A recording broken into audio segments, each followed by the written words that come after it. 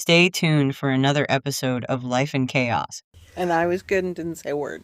Hello. Oh, sorry. No, you're fine. Welcome back, Life in Chaos fam. I am Jennifer, and with me I have Kelly. and Elizabeth. we also have Nita is back with us. Yay! We love having Nita here. I'm just kidding. I mean, we can let you fucking go. brought you biscuits I and was gonna sausage say, gravy. I know. We can switch. Oh, there's little I'm out. bits of I put bacon in it too. I've never had I don't because I wanted a little bit of bacon grease because the sausage wasn't, because you gotta have fat to make Yeah, gravy. you do. So if you run across any like rando chewy Pieces bits, I of tried to bacon. cut them up small. It's bacon. Have it's you not guys- Thank you anything so much. weird. Watched or listened, or if you live under a rock, I'm going to tell you anyway. There is this show on TLC called My Strange Addiction. You've heard of it? Yes. Heard of it, never watched it. Okay. Never watched it. So apparently there is a guy on there recently. At this point, I feel like it's all bullshit. Lives down in Southern Virginia somewhere. Enough said. However, Why can't it be in Florida? I don't know. Anyways, he Because he's purposely... so crazy that Florida's like we're full. Get out. But anyways, so he is so... I don't even have words for it. He purposely drugs his friends so that he can be their caretaker. Munchausen by proxy. Yeah, I'm like, that's... Huh? That's what it's called. Munchausen. Munchausen by proxy. Where, There's like, a name for this yes, shit? because parents do it to kids sometimes, like make them sick so that they can be like the... Oh, this Wasn't shit is... that girl? Wasn't there a Netflix thing, the Rosie girl or Oh, whatever? Gypsy Yeah. Rose. Gypsy Rose, yeah. Yeah. She killed her mom Because her of this. mom. I didn't watch it, but her mom Her gave her mom meds and made her ill. sick to, for her whole life. yeah, made her ill her entire life. There is a fucking name for this shit. Maybe Oh you've my- been living under a rock. I have been living under a I'm just rock. kidding. Well, so like Munchausen syndrome is like I'm feigning some illness to get attention. Woe is me, kind Yeah, of thing, right? that I get. Munchausen by proxy Yeah. is. Doing it to someone else. Oh my god! And then So he's people wanting to wonder- be like their legal caretaker and have access to stuff, he or literally Temporary, it's a temporary thing. Like he literally will drug them, and he'll be like, "Oh, you didn't drink your coffee. You seem a little sluggish. Here, drink this." They'll dumbass drink it, pass out on the couch, and then he'll like cover them with a blanket and like check their pulse and, "Oh, do you need anything?" I'm like, oh That's my just God. weird, though. That's- Like, That is like- so it's not like a fucking long weird. term thing. It's like I just want to like. do his friends come back? Yes. Well, that's their problem. But I also feel like they're also his roommate. I didn't watch it. I saw a clip on social media. Honestly, that's like one step away from serial killer. Yeah. You know, like, and then, so, okay. That's I some can only Kathy imagine Bates that this misery guy is shit. single, because ain't no fucking way, okay? But I'm going to also tell you about another one that I heard about, and I'm kind of like, why can't these two meet? Because they're both cuckoo for Cocoa Puffs. But that's why, if anything were to happen in my relationship, I can't date nobody. Because there are people out there people like that out there. like this. So then there was another one. She said that she likes vabbing. Dabbing? So what? Vabbing. L is a vabbing. She Is would, it dabbing, but with the V. yep, and she would put her hands in her pants and bottle up her secretions and use it as pheromones to attract men. Ew. The look on your face. That almost looks like her face when the TV show that Grayson mean- was showing us was on. They didn't have that kind of shit on the Smurfs. I mean, women sell panties, so how I is it any mean, Gwyneth different? Paltrow has an entire perfume line that's supposed to smell like her vag. So, She does. Yeah, she does. Appropriately named Goop. Well, no, that's the company's name. I know, But it's Goop Scoop. Yeah. Ew. Yeah, it's gross. And so she went on this date with a guy, and she is from, oh no, she's from Boston. So Right. she went on a date with a guy, and she asked the guy, she said, have you ever heard of vabbing? And he was like, well, no, what's that? And so she was on a date, went into the bathroom, did her thing, dabbed it behind her little pulse points, and came out and goes, oh, this is what it is. And he was like, that's disgusting. So I think that Put Your Friends to Sleep and Vabbing Chick need to meet. And that will be the combustion that requires them turn into the serial killers, and we all have criminal minds chasing them. I mean, I don't think... So, Vabbing Chick just wants some attention. Yeah, she's in her 30s and never had a boyfriend. And Munchausen dude just wants to be needed. And yeah, exactly. Yeah. Yeah. They probably would do well together. What? That's so funny. But here's the thing. She does it so much that she has, for lubricant, she has to use, well, she doesn't have to use it.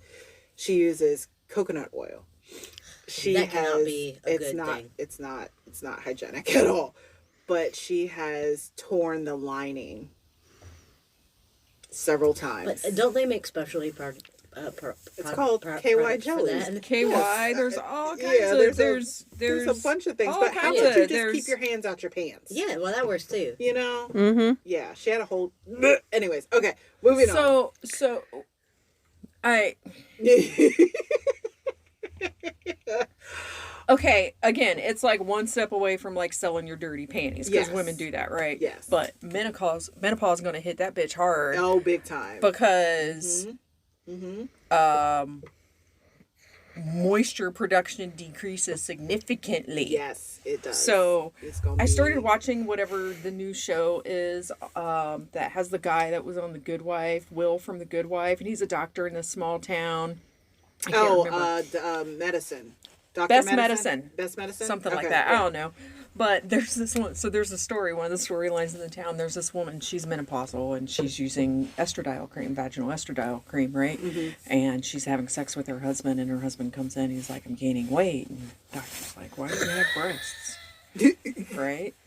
And then some other dude comes in. He's like, "Why do I have breasts?" Right? Like this because she was cheating on him. Come to find out, she was cheating on her husband with this younger dude, but she wasn't letting the estradiol cream cook for as long as it needed to because it's supposed to be in there for like 12 hours before you have sex. She was sharing the So she was sharing the estradiol cream with the men in her life, and they started growing. There was a very similar thing on Criminal Minds one time or something, and I mean, you felt bad for the father because he was using like testosterone cream or something, and he was like a single father with a daughter, and it had accelerated puberty for her, and they thought he was abusing her, but it was the effect of what he was using. Yeah. Like the topical cream, like his daughter. Oh, okay. Well, I was... I don't know if any of that is like realistically possible. Have but you at watched least The on Pit? the TV show?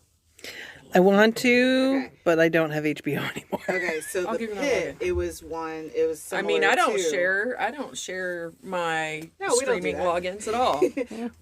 It's a similar episode where that happened. The lady was giving her husband estrogen in his morning smoothies, and Oh yeah, because he was like too horny all the time or yes, something. and she right? was trying to calm him down. She was trying to calm but him down. One of the nurses thought, or one of the doctors thought that he was sexually assaulting the little girl, and so it took a totally different turn that did not need to take.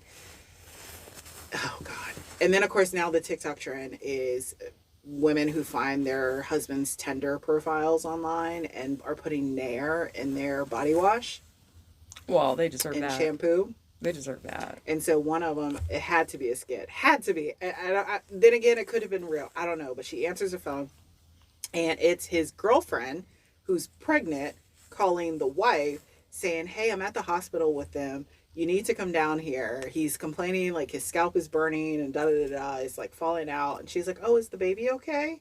And so she's like, "No, the baby's fine." And she goes, "What do I need to come down again for? Because I can't be there because I'm not his emergency contact, blah, blah, blah," or whatever the case was. And she's like, oh, that sounds like a you problem. Have a good day. And hangs up the phone. Here's a question for you. Why? On God's green earth. Uh-huh. On the radio, on the TV. Mm-hmm. Is it okay to show ED commercials? Like, for ED medication? And why do they always use like bathtubs on a hill? Like, what is I mean, are we talking about a vacation? Are we talking about, like... It's that paradise. Well, they're always alone. I mean, I'm not to judge. I'm not judging. But I'm just saying. But yet... We listen and don't judge. I saw a commercial for... What's the condition where, like, the hole in the penis is not on... It's, like, on the underside. I don't... It's some very... specific condition, and I remember seeing that commercial one day, and it's like talking about blah blah blah, whatever the disorder was, right? I don't even know what the hell that is, because of course there's always a bathtub on a hill or some sort of ambiguous, people are like holding hands, and it's like well, in the bathtub, two separate right? bathtubs on a hill holding hands. And I looked it up, and I'm like, what? Yeah. Like, we have medication for this. There's medication. We can treat that, but we can't find a cure for. We can't cure cancer. Right. Exactly. That's what I hate is all the drug commercials. And then at the end it's like, do not use if you are allergic. Oh yeah. It's like, well, I don't know if I'm allergic to it, fool. Do you think I would keep using it if I found out I was? Are we talking like? So I'm on a GLP-1, and it popped up on the first GLP-1 I was on. A commercial for it popped up, and my son is sitting there watching the TV with me, and he goes, "Mommy, you take that. That's a lot of side effects." And I was like, first of all, I don't take that anymore. I take a different one. And so 2 minutes later, the other one pops on, and they run down the side effects, and he looks at me, he's like, "Okay, now?" And I was like, I said, of all those side effects, I have constipation. I was like, and sometimes nausea, but I'm okay. And he is like, "You're not going to die, are you?" I was like, "No, kid, I'm not." And in some rare instances, death. Right, exactly. That's how it is. He's like, "I don't like this." If you have any tendon pain, call your doctor immediately. Or what is it? Go to the ER. Bulging neck or some shit like that. Men are willing to risk death for a hard dick. Mm-hmm. Men are willing to risk death for a hard dick. You know what I hate, though? Because I'm supposed to start this new medication whenever I can get them to acknowledge that they've received the anyway. Yeah. And like my Crohn's medicine is the same way. If you don't have insurance, you can't get their like you get the discount card. Yeah, the rebate, right? Oh, the manufacturer rebate. If I didn't have any insurance, to get my Crohn's medicine would be multiple hundreds of dollars every 7 weeks. Right. But because I do, it only costs me $5. That's crazy. I mean, not that I want to pay hundreds of dollars, but like, can't we find a happy medium? Like, not with and this the other one, the new one, is the same way. Yeah. And it's like, yeah, it just doesn't. I can't get a 3-month supply of my GLP-1 because my insurance won't cover 3-month supply. I have to get it month by month. Yeah, well, you have to show in a lot of cases. You have to show that it is doing something. But that's what I'm saying. So a 3-month supply, I go to my doctor every 3 months anyway. Yeah. So give me my 3-month supply, because by the time I'm out, I would have gone to my doctor. She would have done my blood panel, all that other stuff. Just give it to me. So then this time I said, "Hey, can you increase it? Because like I'm still sitting at this one number." And she's like, "Not until after your appointment." I'm like, "God damn it." But it's okay.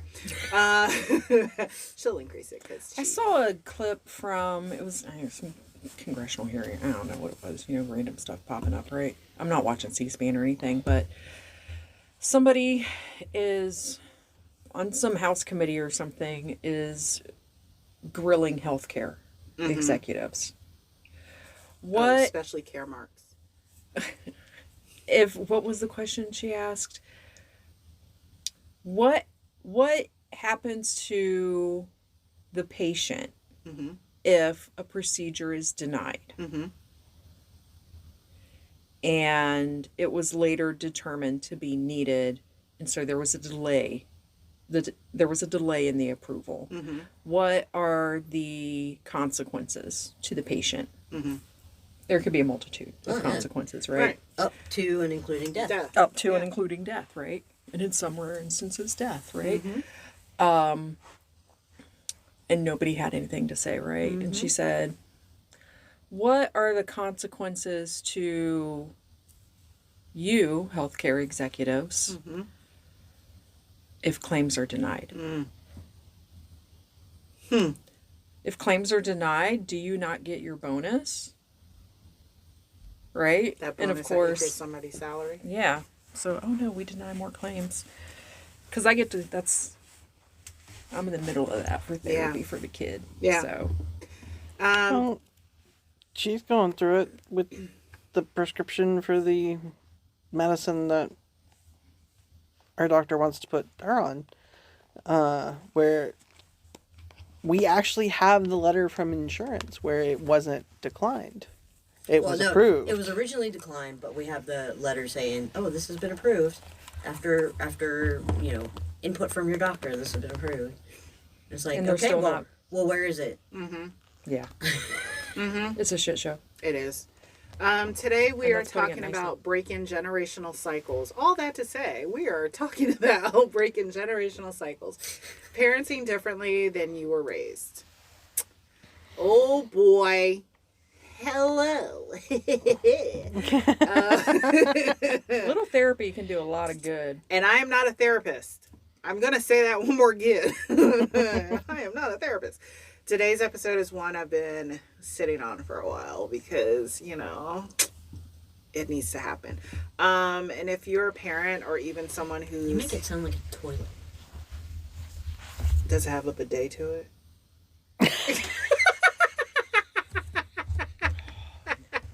That Toto bidet with the heated seat.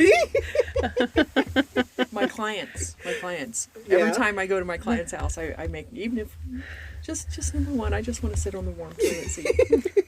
3 of their bathrooms in Usually their house. when you go and you sit on a warm toilet seat, you're like, Somebody sat here. No. Yeah. No, 3 of the 4 bathrooms in their house have the super fancy heated toilet seat, warm water bidet. There you go. See? I don't mind dog sitting for them because the guest bedroom has one. If you're a parent or even someone who's healing their inner child, this one might be for you. We're talking about breaking generational cycles, parenting differently from how we all were raised, choosing awareness over autopilots, healing while still raising tiny humans and keeping them alive. And let me say this up front, because breaking cycles does not mean your parents were bad people. It means you were brave enough to pause and say, this ends with me. So what are generational cycles? They are patterns that repeat from one generation to the next, just like in the name. How emotions were handled or ignored, how discipline showed up, how love was expressed, how conflict was managed, how children were heard or silent. You are seen and not heard. A lot of us were raised with, stop crying or I'll give you something to cry about. Mm-hmm. Because I said so. Love tied to obedience. Silence around mental health. Survival mode disguised as strength. And while our parents did the best they could, some of them, with what they had, we now have more information, more tools, more awareness, which means we have a responsibility to do better and be better. The moment you realize you want to parent differently, when was that moment? When did that moment hit for any of you? when you start talking about having I'm a children. baby. Yeah. In the very beginning? I mean, we had discussions about it, and we said, Yeah. we're not doing this. Mm-hmm. We're not doing this. We took the decision to have a child very seriously. Yeah. Well, I mean, and in our situation, everything had to be very planned out. Oh, absolutely. So, yeah. I mean, even if it wasn't your situation, right? I still feel like even in a hetero relationship, you still got to plan that shit out. Yeah. Because You should. We just had You more should. moving. You should. We had more moving parts. And Yes. we had a No, I get calendar that. that, you know. I get that. One of the things that I will always say is not everyone was meant to be a parent. Oh God, no. And I always tell people, I'm going to really need for you in the future to be careful who you lay down with, because clearly the first one was not meant for you. And I say that because had I decided to have a child with my ex-fiance, Oh, Lord. If I would have had a kid with my first husband. you get what I mean? Like, there's no fucking way. Mm-hmm. Because I don't think that the maturity level of that person would have the cognitive sense to be like, hey, let's break this curse, or let's break this cycle. Where Al and I, excuse me, we talked, I think I always said this before, I think we talked online for like 3 weeks before we actually met in person. And during the time in which we actually like met and realized, hey, I kind of want to hang out with you, within that first year, we talked about how we wanted to raise our children. He knew that my father wasn't in the picture. My father completely disowned me. He basically told my mother, that's not my kid. My mother was a shit show. And essentially my grandmothers, my great aunts and uncles and my aunts are the ones that raised me. And so him knowing that, he knew what my dynamic was. And then knowing his situation, like his parents were a fly-by-night thing. His mom married someone else. He went off, did his own thing. They finally came back together when he was 14. And so then growing up in a household at 14 with somebody who was, you know, oh, yeah, huh, here's your daddy. And finding that balance of how to navigate that relationship, we knew that in order for us to bring tiny little humans into this world, number one, we were going to be married. Number two, and I didn't want to get married. Let's start there. But number two, number two, we were going to face our own demons before bringing any child in, right? And then also facing those childhood traumas of both of us being sexually assaulted at a very young age and being put in certain situations growing up where you would go be watched by this uncle or this aunt or this friend, and we vowed that nobody would ever watch our kids, and nobody does. Okay, to an extent. My mom is not allowed to watch our children by herself. And I say that because coming up on the anniversary of my mother-in-law's passing, it was the day of her funeral, and I did not want to take the children to her funeral. I just did not want to do it. Oh, you didn't want to make them sit in front of an open casket? And... Absolutely not. No. And so... Gee, I wonder what that's like. And so Al understood, like, the reason behind why I didn't want to do it, and he agreed. And so I had asked my mom to come and watch the kids, but I had also asked my best friend. And my best friend was more to watch my mother watch my children. And we had, I don't even think we had cameras in the house at this point, but yeah, in order for her to watch my kids, she cannot watch my kids more than 2 hours at a time. My cameras must be on at all times. She cannot do anything to the camera. She wouldn't know how to anyway. And if it's for an extended period of time, she's not allowed to watch them by herself. Well, no, I mean, it makes sense. Mm-hmm. Like, I think my mother has watched our child once. Mm-hmm. One time. And never And again. that was it. Never And again. it took a lot of back and forth and a lot of like But is that back and forth on your part? yeah, between y'all- us okay, like and okay. not in a bad way, but just discussions of do we really want to do this? Yeah. Is how comfortable are Yes. Yes. we? And we just there just wasn't anybody else. We were out of town Right. and And that's the other thing to it too, is because we don't feel comfortable enough to let someone into our circle, right? So the moment we all decided to have children, or it was a oops, there's your baby, it was a immediate protection. I am protecting my offspring. This is mine.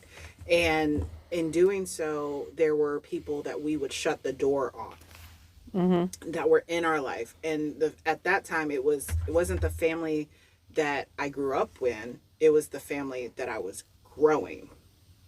And the moment usually comes unexpectedly. The moment you realize you want to parent differently. The first time your child cried and your instinct was to shut it down. Maybe the first time you heard your own parent's voice come out of your mouth. That's happened to me. Or the moment you thought, I don't want my child to feel the way I did. That realization can feel empowering and terrifying, because suddenly you're not just raising a child, you're reparenting yourself at the same time. Did y'all realize that? Yeah. In parenting your child, you are reparenting yourself. A lot of times I didn't realize it until I was like in the moment. Right? And my husband and I, we planned a family. And he and I there were some similarities in our upbringings. He's black, I'm white, so there were, certainly a lot of differences. He is from a very large family. He's the youngest of 12. And so some similarities, a lot of them based in church family religious beliefs. We both grew up Baptist. And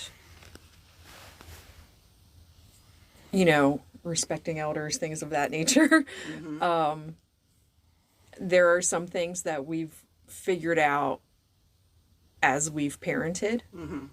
I think I spanked my older son once. And I'm like, that was the most useless thing I think I've ever done in my life.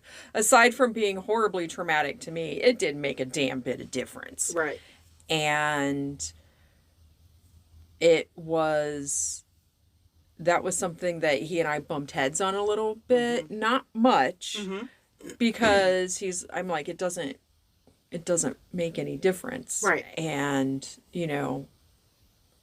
it also took me telling my husband that, what your dad did to you, that wasn't discipline. That was abuse. That was straight up abuse. But also, one thing that I did before we had kids, before we got married, is my parents divorced when I was very young. My dad's an alcoholic. Dad was an alcoholic. He passed away last year. And I had very minimal relationship with my dad throughout my childhood, every other weekend, that sort of thing. But when I told my dad I was engaged to a black man, and he says to me, well, you have that on your mom's side of the family. Oh. Yeah. It's. Oh. My grandmother on my mom's side said, well, you have that on your dad's side of the family. Oh, yeah, they both did. Now, my grandmother got over it. My grandmother, I have a picture of the three of us from our wedding reception, and she's looking up at him, and she just has the biggest smile on her face. It's one of my most favorite pictures, actually. But knowing my dad the way I knew my dad, I'm like, yeah, well, you know what? That's we're done. Yeah. We're done, And I talked to him a couple times last year, and I did see him a few weeks before he passed away, and that was the first time in many years that I saw him. But because of his drinking, because of his narrow-mindedness, because of his just flat out racist bullshit, that was a hard and fast boundary. I knew I was marrying a black man. I knew we were planning to have children, and I said, there's no way in the world I'm ever going to expose my kids to somebody that's going to think that they're less than. Yep. Strictly based on the color of their skin.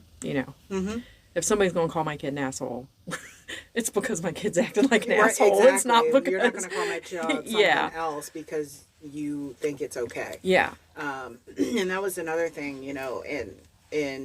having the conversations about raising children, one of our hardest boundaries was discipline. And we both agreed of what do we need to spank our children for? Now, okay. My kids have you. my mouth. And so there are times where we have to, do I need a popular ass? No. Okay. Well, let's stop doing this. But do I? No. Do I threaten? Yes. But growing up with a mother who constantly called me a compulsive liar, who did not believe anything that I ever said, I always wanted to make sure my children never felt like that. Like their voice was never going to be heard. Mm-hmm. And so the one time in band camp where I was, my mother and we were living in DC, and she had a roommate, and I was the one forced to share a room with the roommate's daughter. Okay. Instead of let me sleep in the room with my mom, this roommate sleep in the room with her daughter, whatever the case is. So did your mom and they slept in the same room in two different beds. Okay. Yeah. My mom anyways. So mm-hmm. Right. Exactly. But I had to share a bed with this girl. Oh, not just a room. Not just a room, but I had to share a bed. Okay. And so the little girl, and I was young, she peed the bed a lot. And so I would tell my mother, I'm like, Mom, she's wetting the bed. I can't sleep in this bed with her anymore. Like, can I please sleep in your bed? No, you're doing it. And da-da-da. Because the little girl went to her mom and was like, oh, Jennifer's wet in the bed. First of all, no, I'm not. And then for my mom not to believe me. And so there was one day, I still remember this because couldn't they look at where who woke up with the wet drawers I mean all that, right? Hindsight 2020. It's very easy to find out. But this it's not rocket science to figure that one out, but she had wet the bed, got out of the bed, changed her clothes, went into her mom's room, and said, Mommy, Jennifer peed the bed. My mom got up, came in the room, yanked me out of the bed, made me take a bath. I get out of the bathtub, and she wore my ass out with the buckle of the belt. Could she not just see that your pants were not wet? I kept trying to tell her this. Oh my God. And she would not listen to me, right? And so finally, I think it was, I kept saying it and kept saying it and kept saying it. And so finally she's like, fine, get in the bed. Well, I slept with her that night, and of course this girl had peed the bed.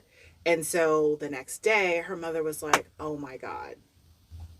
You know, my mother never apologized to me. Of course not. Mm-mm. Never apologized, never said I'm sorry, never said, oh my God, I'm sorry for not believing you. Get up, you need to go to school. The fuck? Yep.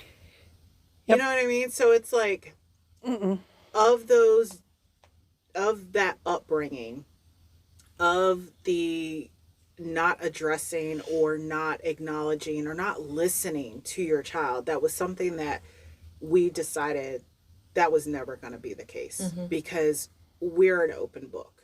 Our door's always open. Our kids are always welcome to talk to us.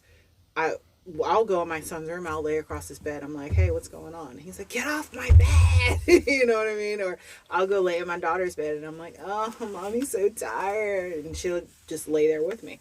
And they'll come in my room, and if I'm chilling out watching TV, they'll come in and, Mommy, and I'm like, oh, okay. Oh, I was watching this, but you know what I mean? Let me turn this off and let me actually listen. And But you've put so much effort into creating that safe space for them, into cultivating that relationship with them so they feel heard. And And it's the power- not just me, right? Yeah. So Al and I both, like, that was our biggest thing, is like, we're here and we're doing this together. And, you know, we joke all the time and we're like, damn, we've been together half a century. And the other day we're having a conversation and we're not arguing in any way. It was something we were saying and I was saying it louder, but he was saying it louder. And my son goes, can y'all stop arguing? And I'm like, we don't do that. Like, Oh, yeah, my you son know what I mean? feels- Like, I was like, we're not arguing. So- We'll just that be I'm having a right. spirited conversation, not Yeah. even disagreeing. Yes. Just having a like, can you believe they? No, I can't. That is so Exactly, crazy. Like that kind exactly, of conversation. And my kid gets mad. He's like, "Stop it!" And he runs upstairs, and I'm like, What Dude. just happened? and we won't even be talking about politics. We'll be talking about, I don't know, a football game or something. Exactly.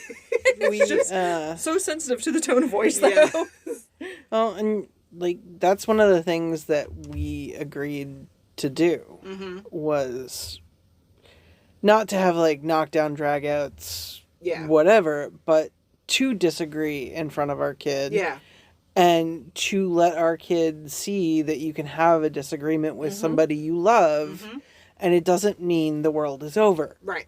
Right. And it is okay to have feelings that are not the same and possibly even at odds with the feelings that the person you love. But I also feel like, yes, you can have arguments, and that's not, you know, it is what it is. But Al and I have been together so fucking long. I think we're kind of argued out. Like, at this point, Yeah, I I have can see that. adopted the I don't give a fuck type attitude. Like, who the fuck cares?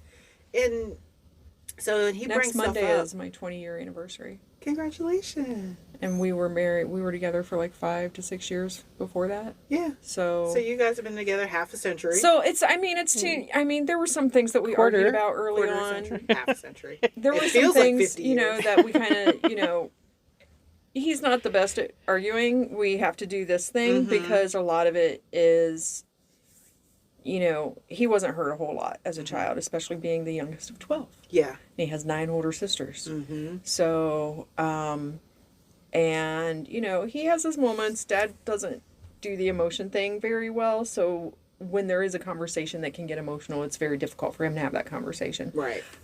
He's also an engineer, so it's very, you know, a lot of times we have to like type out Yeah. disagreements, right? Yeah.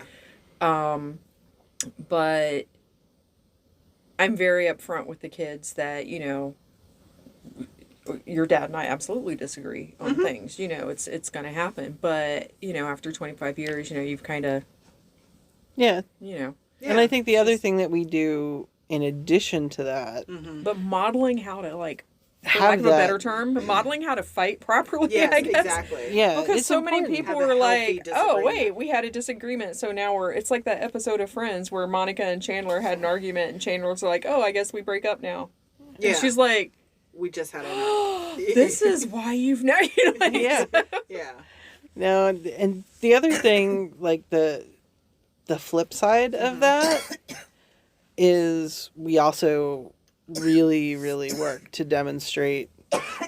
Are you good? Excuse me. Would you like an mint? No, I Need some don't know water? what happened. I just got choked up on air. Okay. But we're very much we have to agree on something before it's okay for him to do it. So like if he asks to do something, I'll be like, I need to talk to your mother. Yeah. Yeah. Look at you. You're not saying, go ask your mom, go ask your mom, go ask your Yeah. mom. Whereas I was a kid, go ask your dad, go ask your mom. Even with my stepdad, go ask your dad, go ask your mom. I was Yeah. like, Yeah. Now, we kind of do a mix of both, right? So we'll be like, okay, let me talk to daddy about it first. Or it's I've already given my answer, go talk to daddy. But we are also so much on the same wavelength that a lot of times he'll come up and be like, he'll say the same thing I said. Yeah. Or he'll be like, well, what did mommy say? And well, mommy said, and then if it's wrong, I'm like, no, I didn't, And But you guys are also communicating even like after the fact. exactly. So the kid doesn't have the opportunity to be like, Mama said I can go do XYZ. Yes. Daddy said I could do. So, for Right, instance, like in growing up, I struggled in school, and I struggled hard in school, and I don't want that same thing to happen for my children. And so I noticed that my son was starting to struggle a bit in reading and math, and same area that I struggled in. And so I had expressed to my husband, I said, I'm getting him a tutor. Hands down, that's it. I'm getting him a tutor. And he was like, okay. There was nothing to, combat on that. Well, that's a necessity. That's Exactly. Like, I'm paying the electric bill. It needs to be It done. needs to be done. Right. And so when I presented it to my son, I said, hey, you're getting a tutor, and this is their name, and this is the day you're going. And of course, at first, he was like, it's happening. Mm-hmm. And that's where some of it, too, is that you hear your mother or father come out of your mouth in certain situations, because in certain situations my mother would be like, it's happening, and I'm like, oh shit. What grade is your son in? He is in third. Yeah.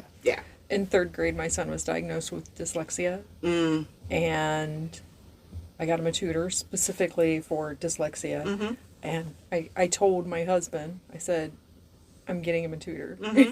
So yeah, like this is happening. And by the way, it costs this much. He's like, oh. Yeah. That was the other thing too. I was like, and Daddy Warbucks fun is so and he was kind of like, my son was like, he could read okay, but his spelling was atrocious. Yeah. And when he would do spelling tests, he would be okay. But then if he had to take the word and put it into a sentence a week later, he had like no phonic awareness, like building the words. It was no. Yeah.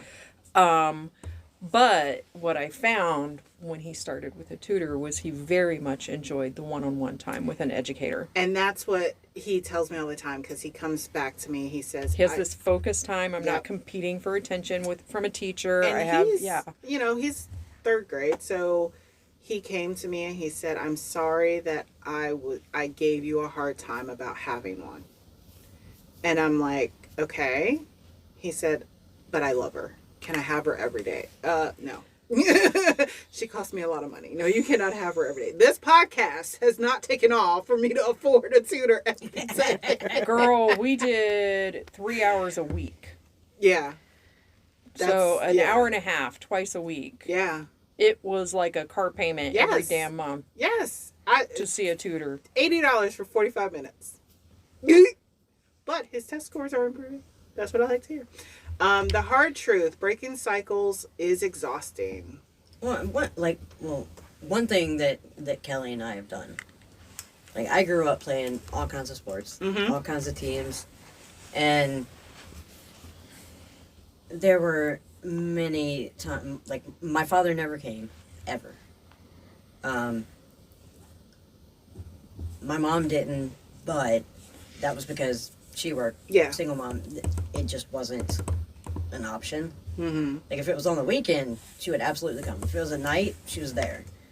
If it was, between 8 and 6, it wasn't going to happen.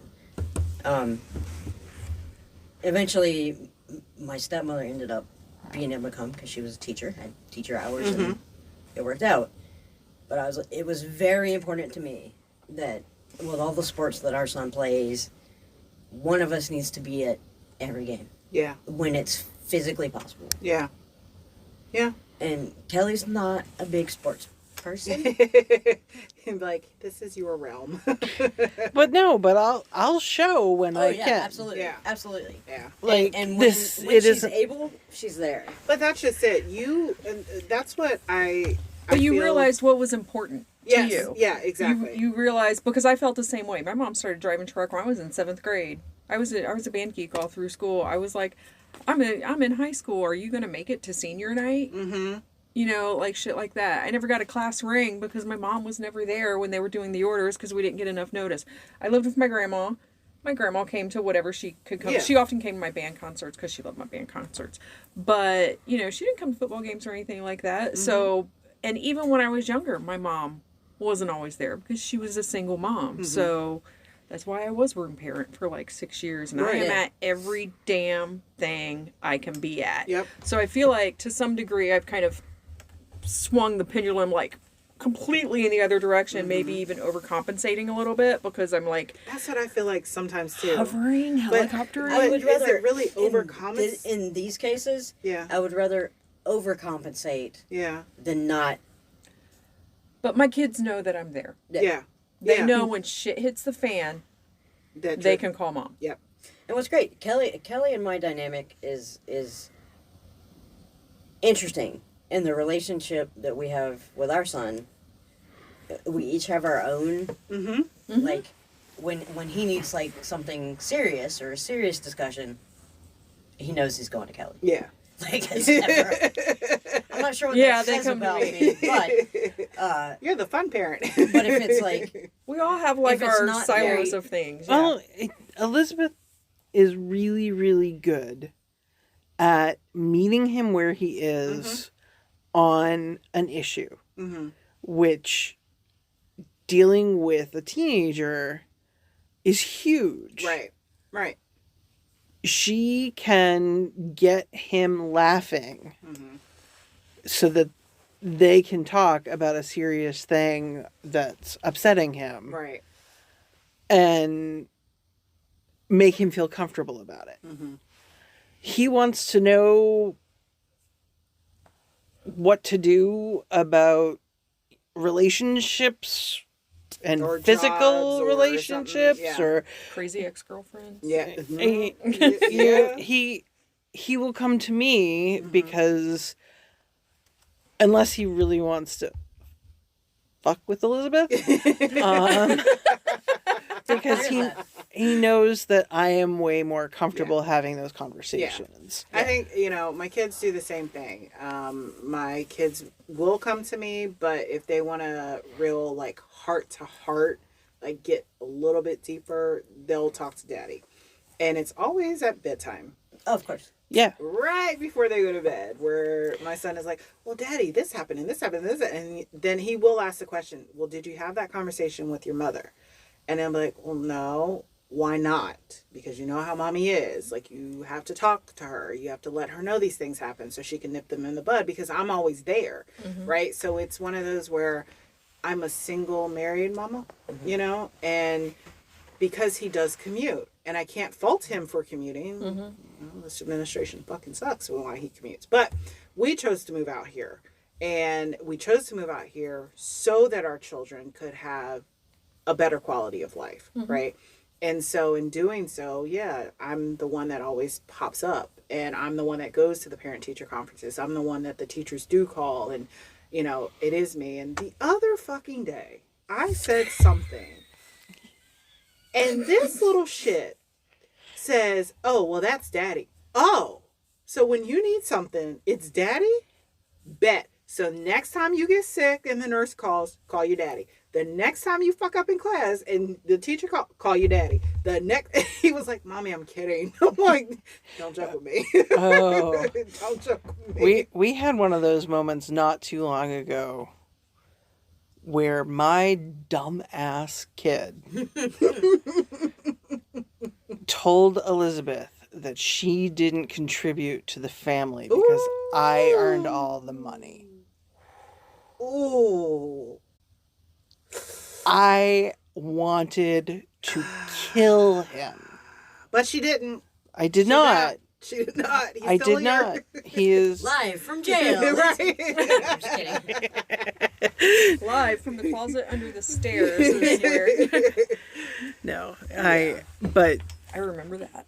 it was bad, and Elizabeth was hurt, and she managed it, and she was like, "Do not say anything to him." And I was like, "I'll try." Yeah. Part of it too is breaking generational cycles is not aesthetic. It's not Instagram quotes or gentle playlists.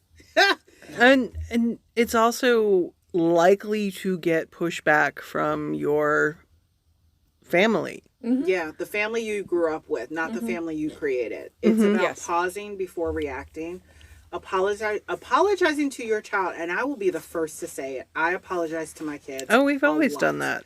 Apologize to your child when you mess up, not Yep. when they mess up, but when you mess up.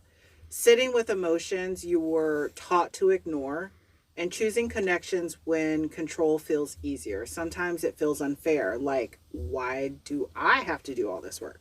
But here's the truth. You're not just doing it for your child, you're doing it for yourself too, and that matters. So You're doing it for your next generations exactly. too. So when they start to see the healthy arguments, the healthy conversations, the healthy everything, when they start to see the green flags, they'll take those into their next relationship, right? Yeah. Well, and we've always told him, if it concerns you, you can have input.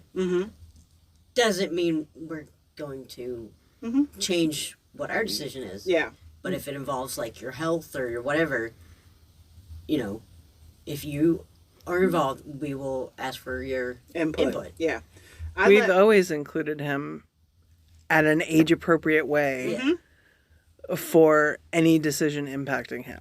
So what I do, which my husband caught first glimpse of, and I had to tell him, be quiet, was the doctor's appointments.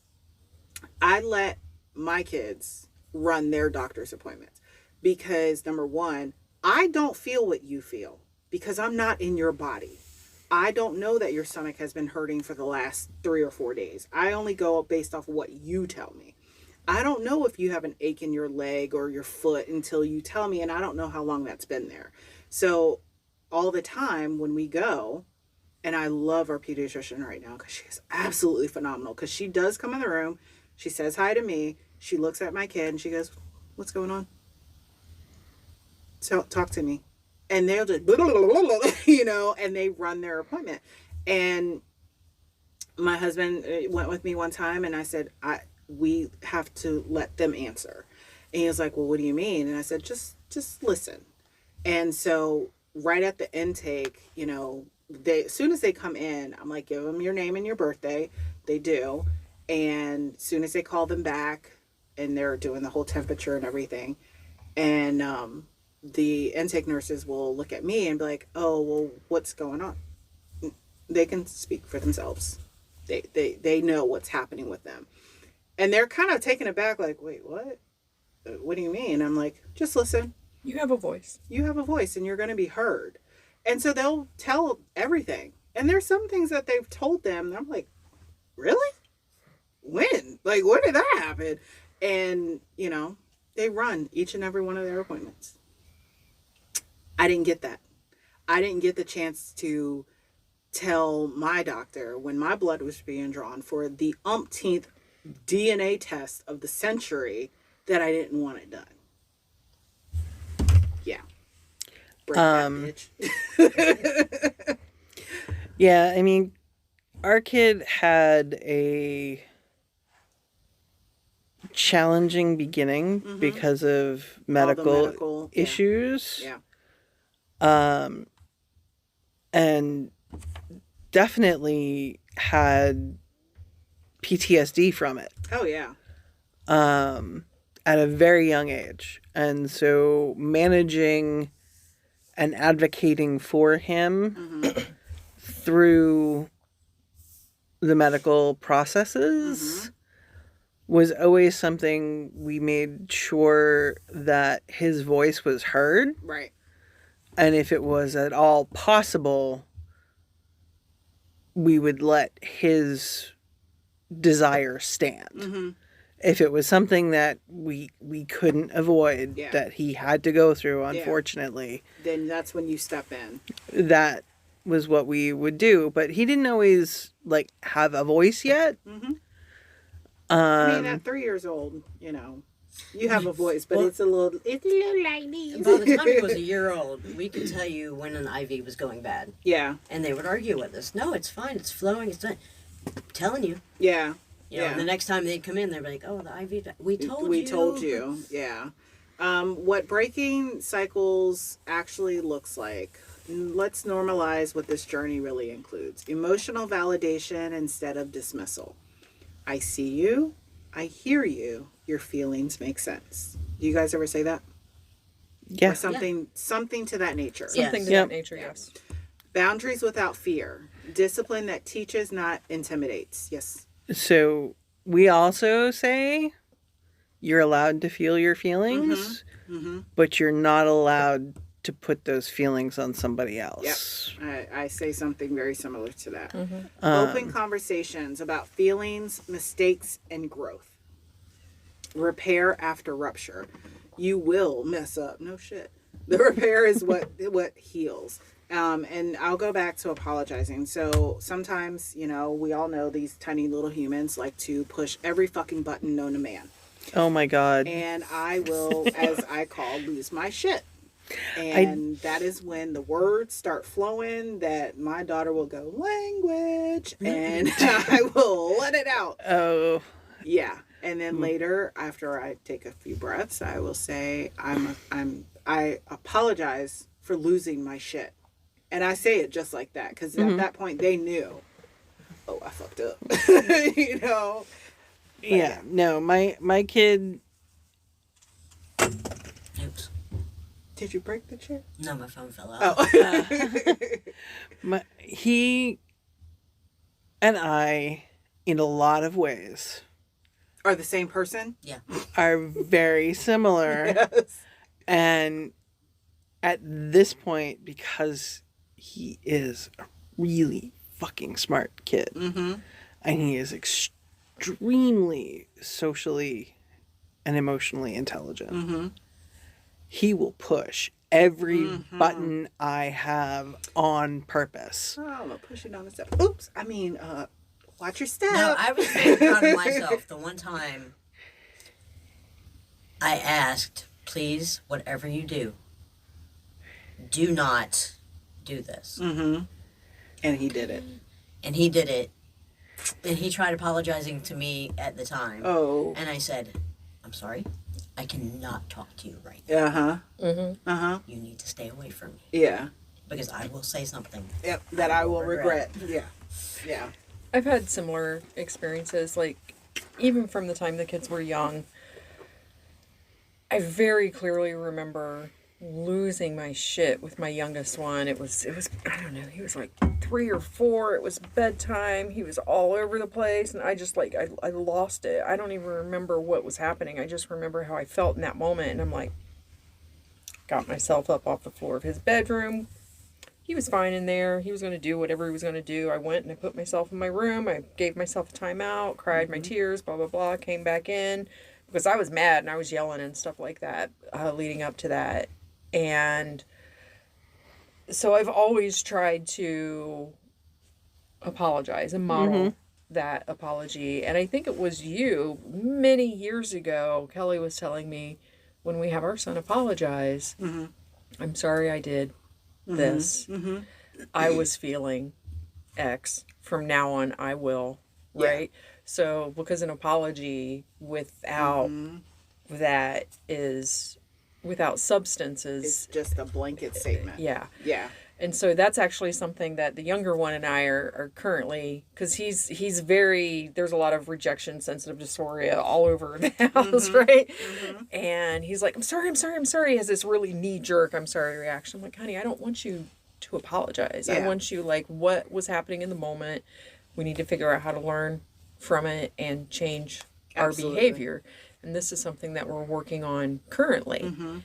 And getting him to that point, it's taken years to get him there because, again, neurodiversity, autism, blah blah blah. But it's just not. We don't live in this world of do as I say, not as I do. Yeah. It's just Not anymore. That No. doesn't happen in our house either. I can't even say not anymore because technically, that was. How do we know that back then we didn't live in that world? We only went by what our parents told us, right? Well, How My dare my you steal parents. cigarettes out of my cigarette pack, young lady? I'm like, weren't you smoking in like 7th grade? Like, I mean, Yeah. you know. Yeah. My dad would literally say to us, Mm-hmm. "Do as I say, not as I do." Mm-hmm. And he would. I mean, he was a master manipulator. Oh yeah. He was incredibly intimidating. Mm-hmm. And he used that. Oh yeah. Oh yeah. When you use your big stature, whether it's your voice or your presence or, you know, All of the all above. of the above to intimidate. There- Try being the little person that he picks up on his own from the airport for the first time you're meeting him. Mm. Yeah. but I've had situations where I have told Nita funny stories about my childhood, and she has come back and said, That's not "Your funny. family is really fucked up." I mean, my family has, you know, some fuck up in this, but I'm like, But no one ever hooked you up to a polygraph machine. no. That's deep. But my dad was he was a member of, was it the Southeast Conservation Club? That's what they called it. The Southeast That was a bunch of campers around a pond that got stocked about twice a year, and everybody had golf carts, and there was a bar. So we could get shit-faced at the bar and stagger back to our camper. So, you know, I had my own level of fuck up in this. Yeah, I think we all did. But yeah, But polygraph, yeah. That's reaching. Letting go of guilt and comparison. Here's something nobody talks enough about. Breaking cycles often comes with guilt. Guilt toward your parents, guilt when you don't get it right, guilt when family members question your choices. That's one thing I will say. Actually, I got no guilt about. I don't have guilt either, and only one person in my family I was born into asked me about some choices, and I had to set her ass straight, and that was my mother. And I think there was something had happened. She comes over, she sits, she always wants to see the kids, whatever. She don't play with them, she don't do nothing, she just sits there. She wants to look at him. That's literally all she does. She looks at him and smiles. Anyways, when I do the face, my husband laughs because he's like, "You do that perfectly." But Can you do it again? no. She came over one It was time, kind of like that. and All my son teeth. was a little younger. My daughter was clearly younger, and my son said something, and I knew the context of what he was saying, so I knew it didn't come from a malicious place, and he was young. And so he said, and I can't remember what it was now, but he had said something, and I was like, I said, well, let's figure this out, and I answered him, I responded to him, and that was it. And my mother looked at me and she said, excuse me? Excuse me? What's the problem? Oh, y'all would never talk to me like that. Oh, well, you can go. It's okay. I got this. I got my this. Good thing this is my house. We got this. Because even my husband was like, oh, well, da-da-da-da-da-da, whatever it was. And she was like, what are y'all doing? If you have a problem with how we raise our children, you can clearly go. Even recently, Thanksgiving, she came in. I had made greens. I'm such a smart ass. This is why my kids have my mouth. And she opened the thing and she goes, oh, is this greens? I said, no, but it's greens. She said, I'm going to smack you in your face. And I said, I will kick your ass out. Play with me if you want to. I'm not doing this. You are a hard boundary. Like, understand that everything you put me through growing up, You're lucky you're here now. you're lucky I'm even allowing you access to my children after the shit you pulled. So I strongly suggest you take a step back because absolutely not.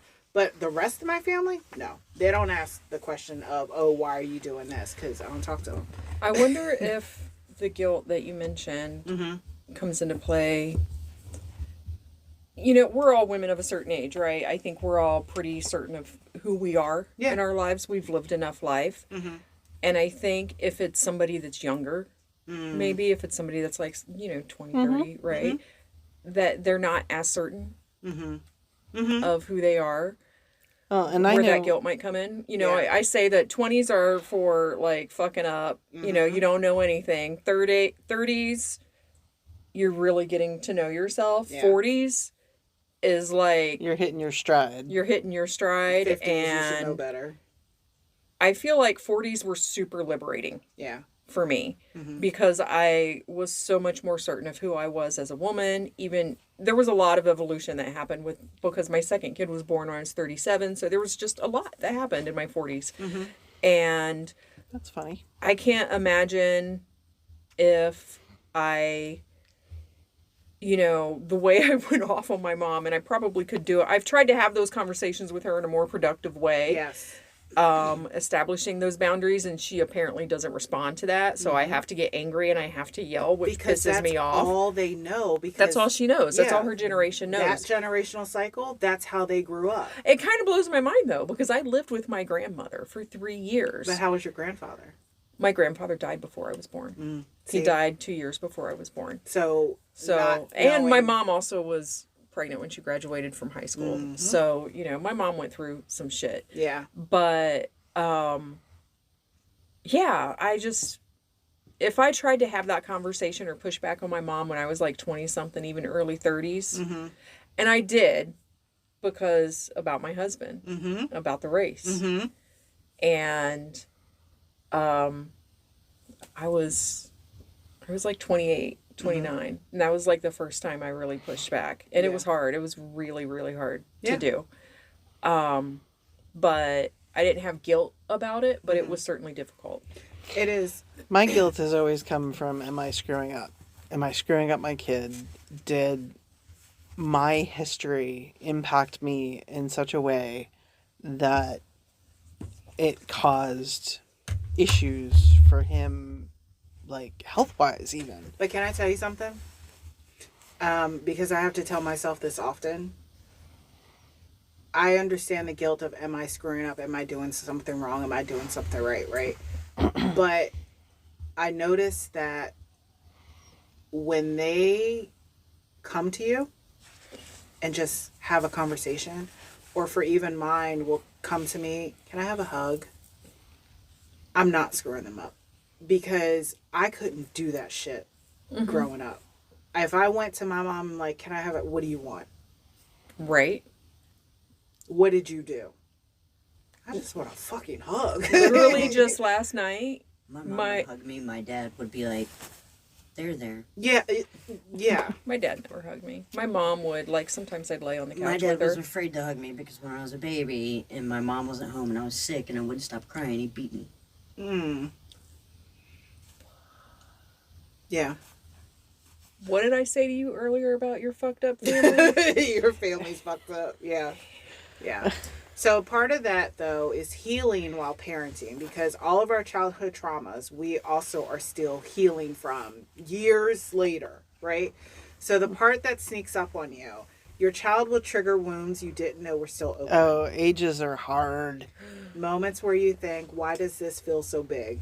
Why am I reacting like this? That's not failure, that's information. Healing doesn't require perfection. It requires honesty, support, and self-compassion. Therapy, journaling, boundaries, rest, all of that counts as parenting work. So, yes, there are moments where you may have felt something hit super fucking hard that he brought up, and meanwhile, you may not have felt that because maybe that's something you didn't go through. So trying to understand where the two align while you're breaking down and damn near about to lose it. Yeah. That's working through that trauma. We've been pretty good about, like, I work really hard to communicate what's going on. I can't say it's always been perfect or anything, but like we both have history, we both have stuff. Yeah. But the great thing about that is we're not taking that stuff and planting it in our children. So I need you every time he comes to you and talks to you about something relationshipy or something serious to know, to tell yourself, if I wasn't doing something right, he wouldn't talk to me. Yep. well, it's more like I know that CPTSD has a syndrome that goes with it that you can have that mimics quite a bit, or the symptoms, I guess, are very similar to ADHD, and that it actually changes the pathways of your brain and your hormones. And I sit there and wonder if my changes resulted in him having his health issues, resulted... No, No, you can't do that no. to yourself. You Yeah, can't do especially- that to yourself. Especially because we learned there's so many kids that have that same issue, Yes. or at least one part of it, and it never affects them. It's just the luck of the draw. Yeah. Well, you can't and do that to yourself. ADHD. Well, But- so But we had to fight for that diagnosis. But also, and this is something, there's Dr. Ross Greene wrote a book called The Explosive Child, and it really focuses on working with kids that are emotionally dysregulated, oppositional defiant disorder, pathological demand avoidance, kids that really struggle to manage emotions. And one of the things he says is kids are always trying to do their best. They're kids. They're kids, right? They innately want to do well. You innately want to do well. And something I always have to tell myself, because I second guess so much of what I do as a parent, honey, we all is- do. I am doing the best that I can with the information that I have available at the time. That doesn't necessarily stop the voices in our head. So when you're sitting with something and, ruminating on something, it's not necessarily going to stop it, but at the same time, he wouldn't be here if it weren't for Yep. you. No one has told you lately you are doing something incredibly brave. Breaking generational cycles means choosing growth over comfort. It means saying the chaos, ha ha ha, stops here. Your child may never fully understand the weight of what you're carrying, and that's kind of the point. Yeah. Because the greatest gift you can give them is a childhood that doesn't require healing. I'm going to say that one more time. Childhood that doesn't require Your child healing. may never fully understand the weight of what you're carrying, and that's kind of the point, because the greatest gift you can give them is a childhood that doesn't require healing. That's powerful.